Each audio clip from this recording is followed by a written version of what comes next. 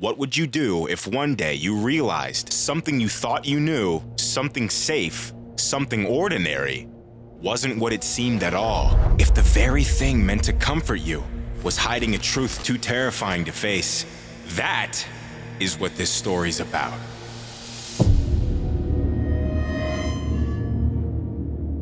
My name is Ethan, and when I was 8 years old, my world ended.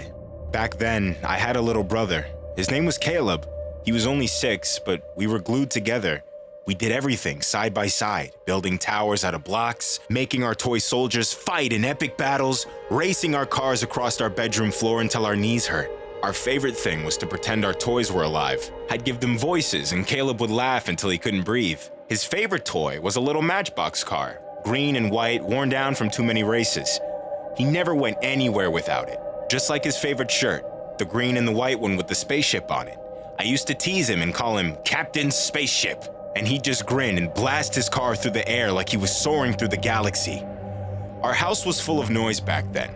Mom and Dad would smile when they heard us, and it felt like everything was warm and safe. Well, until that day. We were all heading out to get groceries. Caleb had his spaceship shirt on and his little green car in his hand. I brought my favorite blue one. We always took our toys with us, even if it was just a boring errand. I still don't know how it happened.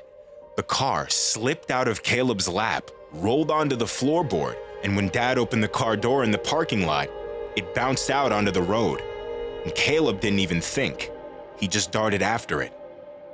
I remember the scream before the truck hit him. I remember the squeal of the brakes.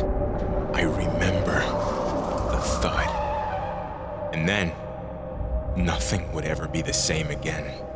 The funeral was a blur. I sat stiff in the pew, my hands clenched so tightly they ached. I'd never seen my mom act like that before. Her sobs didn't even sound human. Dad didn't cry, but he drank glass after glass. His face was red, his eyes blank. Parents are supposed to be strong, but that day, I realized even they could break. Caleb was cremated. His ashes were on a tiny urn on the mantle. I couldn't stand to look at it. It was too small, too final. Weeks passed and the house grew silent. Mom stayed in bed most days. Dad smelled like whiskey. And me, I sat in our bedroom, surrounded by the toys that suddenly felt like strangers. I tried to play alone, but it wasn't the same. Caleb's laughter was gone. His voice was gone. And I was alone. Then, one afternoon, my mom and Dad called me into the living room. Their smiles didn't look real. Their eyes were tired, hollow. "Ethan," Mom said gently, "we have something for you." On the coffee table was a gift-wrapped box.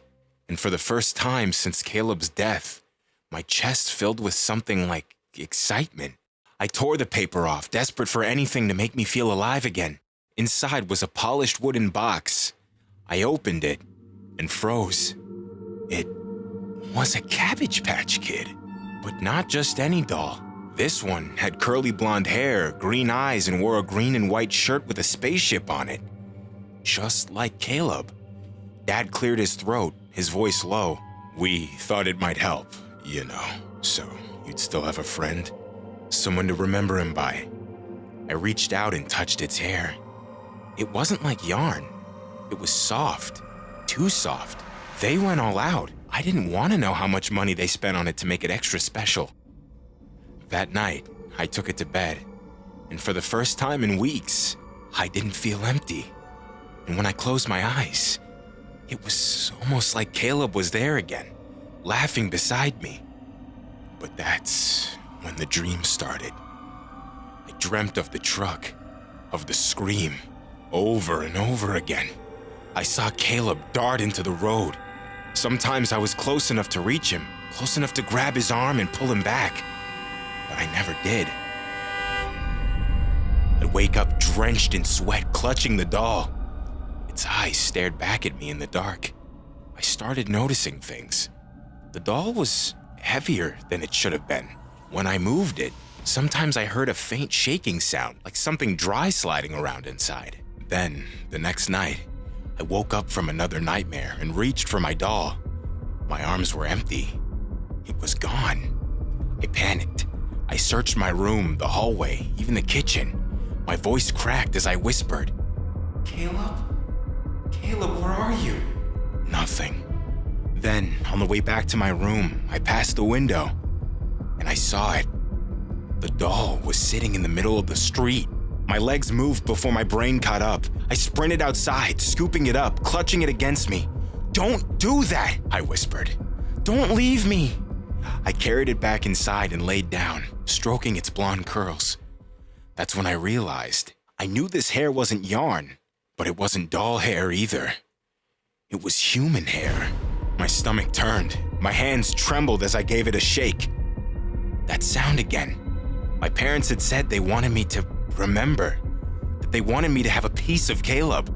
A horrible thought bloomed in my chest. I stumbled to the kitchen, grabbed the scissors, and pressed them against the doll's stitched belly. My hands shook as I cut.